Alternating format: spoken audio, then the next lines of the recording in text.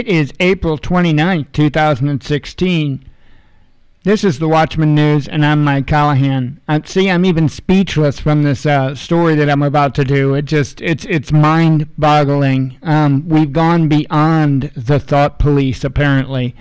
This is being reported by St. Louis TV station, and the title of the article is "Parents of Bullies to be Fined." It reads as such: in the wake of a prom shooting, bullying and how to combat it is again on the minds of parents and school leaders in one community. The community is punishing not just the kids who behave badly, but also their parents.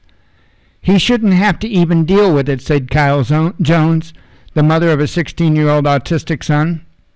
I don't think he should have to come to me every day and say, help, it happened again. And that's true. That shouldn't be something that somebody, a parent should have to console their child over.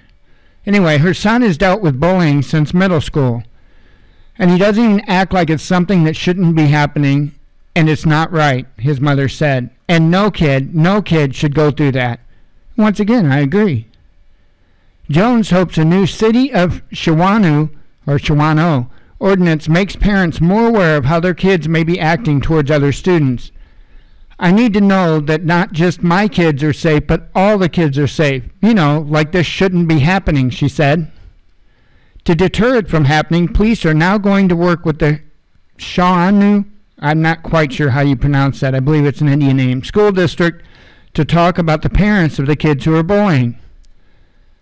Under the new ordinance, parents and guardians will have 90 days after they're informed by a police officer of their child's behavior to intervene. If the parent doesn't stop their child from acting as a bully, the parent will be fined $366. If there is a second offense, within 1 year, the parent will be fined $681. Right now, I think the fines should stay where they're at, the mother said. I feel like parents need to communicate with their kids more. Jones hopes the ordinance and steep fines will not only spark a conversation between parents and their kids, but that it will also make her community safer. No one at the Shawano Police Department was available to speak about the new ordinance. The principal of the community high school says he'll be meeting with the police department in the coming weeks to discuss how he and his staff will help implement the new ordinance when necessary. So let's talk about this for a moment. This is not going to work. It's not going to fix the problem, because with any problem you have to go to the root of the problem. If a parent is not standing over their child's shoulder, how could they possibly be able to be responsible or control what that child does? In fact, it's been proven time and time again that the more strict you are on children, the wilder they tend to be when they're not under your thumb. I know this because I partied with the sons of police officers, a daughter of a judge.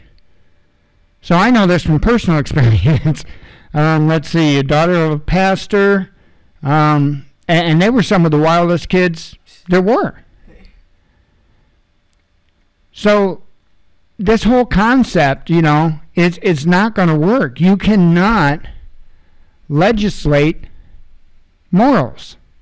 You can't do it. You can teach morals, but that's kind of hard to do when you've got the government taking all of your ability to teach away.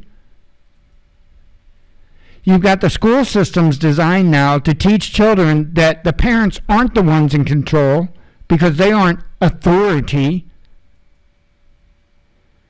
And you've got almost every single television program showing nothing but violence, humiliating people.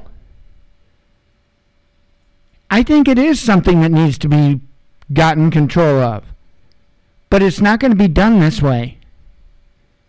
We have to remove the poison that is being put in the minds of children on a daily basis. We also need to give the power back to the parents. You know, they've got an insane amount of disrespect for parents. They teach children that the children should be in charge of what goes in their homes. I kid you not. I had a son back when I smoked. I had a son, my oldest boy. I remember him coming up to me and saying, "Dad, quit smoking." And I was like, "What?" And he's like, "Well, my teacher said that if I didn't feel comfortable with your smoking, that I should tell you to quit." What?